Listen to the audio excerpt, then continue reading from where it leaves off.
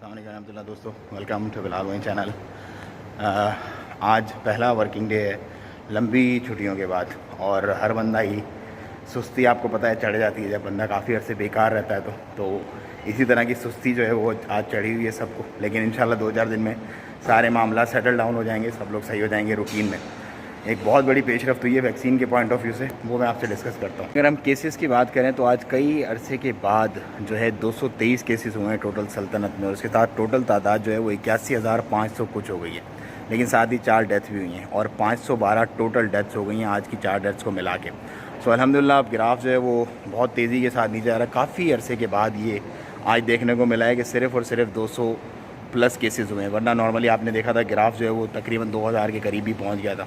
अच्छा, स्कूल्स को लेकर के बहुत सारे पेरेंट्स परेशान हैं, बहुत सारे तो तालीम की वजह से परेशान है कि तालीम जारी बच्चों की, लेकिन एक बहुत बड़ी तादाद इस वजह से ही परेशान है कि बच्चों ने नाक में दम किया हुआ है स्कूल की छुट्टियाँ होने की वजह से। तो मिनिस्ट्री ने कहा है कि वो एक टाइमलाइन जो है स्कूल ओपनिंग की देंगे अन करीब, उसके बाद ही फिर फाइनल होगा। लेकिन जो चहमगोइयाँ चल रही हैं कि स्कूल खुल रहे हैं, ये एक बिल्कुल बेवकूफ़त है, इसमें कोई सदाकत नहीं है। जो भी स्कूल खुलने की एकेडमिक ईयर स्टार्ट होने की टाइमलाइन होगी वो मिनिस्ट्री ऑफिशियली अनाउंस करेगी और वही फाइनल और अथेंटिक होगी, उसके अलावा सब रूमर्स हैं। वैक्सीन की मैं कुछ आपको अपडेट दे दूं। वैक्सीन जो चाइना की जो नेशनल फार्मास्यूटिकल कंपनी है उसके जो चेयरमैन हैं उन्होंने एक इंदिया दिया है कि हमने ट्रायल्स मुकम्मल कर लिए और अबू धाबी में हमारा 3rd ट्रायल भी हो गया है, और हम ये एक्सपेक्ट कर रहे हैं कि एंड ऑफ दिस ईयर, मतलब इस साल के आखिर तक वैक्सीन जो है वो कंज्यूमर्स के लिए, जो नॉर्मल मतलब मेरे आप जैसे जो नॉर्मल लोग हैं उनके लिए अवेलेबल होगी।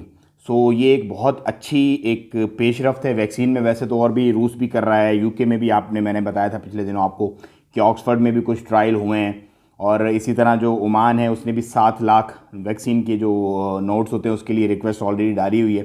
सो कुछ ना कुछ इंशाल्लाह इस साल के आखिर में 2020 के आखिर तक उम्मीद है कि वैक्सीन के पॉइंट ऑफ व्यू से फाइनलाइज हो जाएंगे मामलात इंशाल्लाह अल्लाह के हुक्म से।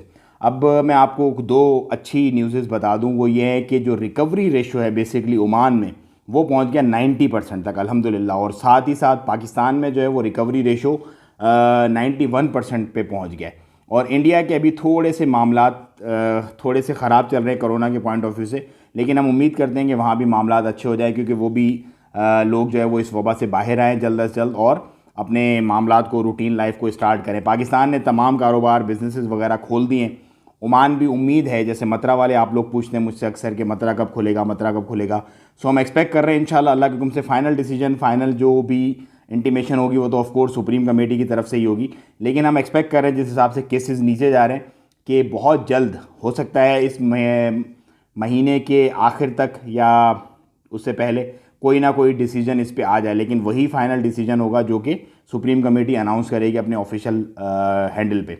मैं आपसे लेता हूँ इजाज़त। अपना और अपनों का बहुत ख्याल रखिएगा, और बांग्लादेशी भाइयों के लिए स्पेशली एक फ़्लाइट अरेंज हो रही है ढाका की, वो इंशाल्लाह मैं रेट और फेयर के साथ जो है मैं आपको डेट के साथ अनाउंस करूँगा कल परसों तक। जैसे मुझे फ़ाइनल कन्फर्मेशन मिल जाती है तो फिर आप उसको अपनी तरतीब जो है वो चला लीजिएगा। मिलेंगे इंशाल्लाह कल। अपना और अपनों का बहुत ख्याल रखिएगा। अस्सलाम वालेकुम रहमतुल्लाह।